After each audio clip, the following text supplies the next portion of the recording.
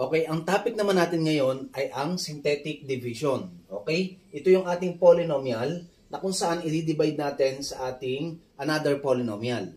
Okay, paano mag-divide? Example number 1, 3x cubed plus 4x squared minus 2x plus 9, i-divide mo sa x minus 1. Okay? Ang pinakamadaling paraan ay ang synthetic division. Ito yung shortcut method na kung saan makukuha mo ang quotient ng ating polynomial. Okay? Gawin natin. Ang unang step sa synthetic division, ilalagay mo lamang si 2 na naka-arrange siya sa pinakamataas na exponent o degree. 3, 2, 1 constant term. So, ibig sabihin, naka-arrange na sa standard form ang ating polynomial. Okay, anong gagawin na natin? I-bring down na natin ang kanilang coefficient. Okay, kasama yung constant term. 3, positive 4, negative 2, and positive 9. Next, saan natin i-divide? Sa x minus 1. Okay, sa x minus 1, kapag inequate natin sa 0 yon, yung x minus 1 equal 0, ang value ng x dito ay positive 1. Kaya sa 1 natin, i-divide.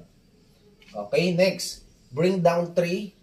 Laging ibinababa yung unang number sa unahan, 3. Ito yung ating magiging first multiplier. 3 times 1, 3.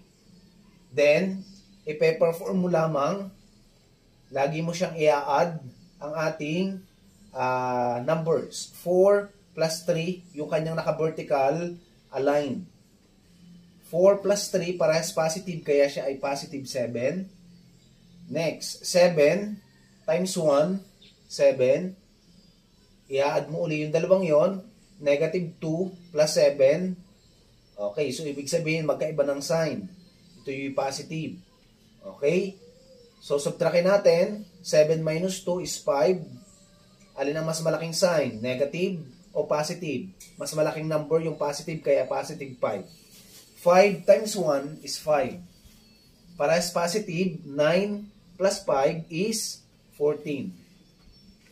Okay, ano yung ating quotient? Ang quotient natin, quotient of x, ay, dito tayo kukuha ng quotient, 3x. Yung q, babawasan natin ng isa, kasi na-divide na natin sa isang binomial.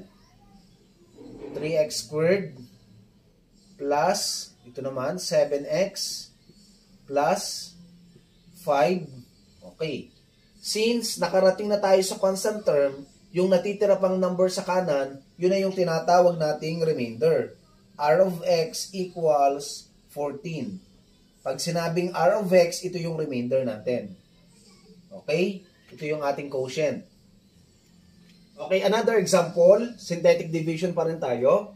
4x cubed minus 2x squared plus 4x minus 11 divided by x plus 2. Okay, ang ating divisor ay x plus 2. Equate lang uli natin sa 0. X plus 2 equal 0. Ang value ng x natin dito ay negative 2. Anong gagawin natin? I-bring down lang natin. Kuhanin natin yung ating coefficient.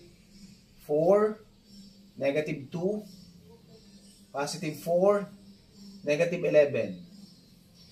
Okay, then, gawin na natin ang synthetic division process. Ang ating divisor ay negative 2. Okay? Negative 2, ibababa natin ang 4. 4 times negative 2 is negative 8. Magkaparehas ng sign, ina-add kapag parehas ng sign. 2 plus 8, 10. Kinokopya natin ang sign. Negative.